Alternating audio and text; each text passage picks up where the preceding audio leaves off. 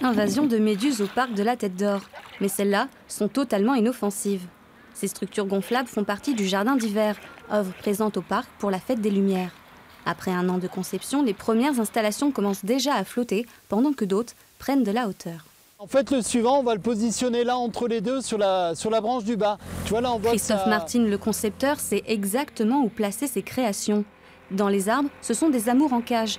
50 au total vont éclairer le parcours des visiteurs à travers les chemins du parc.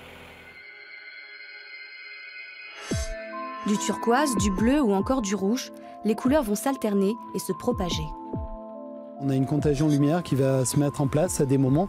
Et quand cette contagion s'est passée, en fait, on va avoir un travail à l'unisson. C'est l'ensemble qui va battre jusqu'à s'éteindre. Et comme ça, on va jouer sur des scénarios qui sont assez simples, qui vont permettre, en fait, visuellement de comprendre et de se laisser prendre par des jeux de lumière qui vont être... ce qu'on a souhaité, c'est que ce soit simple et poétique. Des jeux de lumière pour raconter une histoire. Le jardin d'hiver, c'est un monde féerique et fantastique. Deux univers se côtoient, celui de la forêt et celui de l'eau. Ces espaces seront protégés par des carpes et des libellules volantes. Et après, à chacun de rêver et d'imaginer ce qui va leur arriver.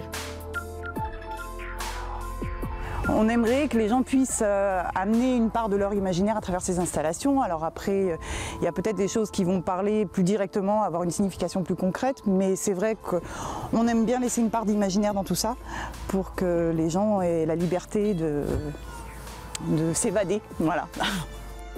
6 sphères avec des végétaux vont être ajoutées dans la semaine. À peine installées, ces structures intriguent déjà les habitants, tous les habitants.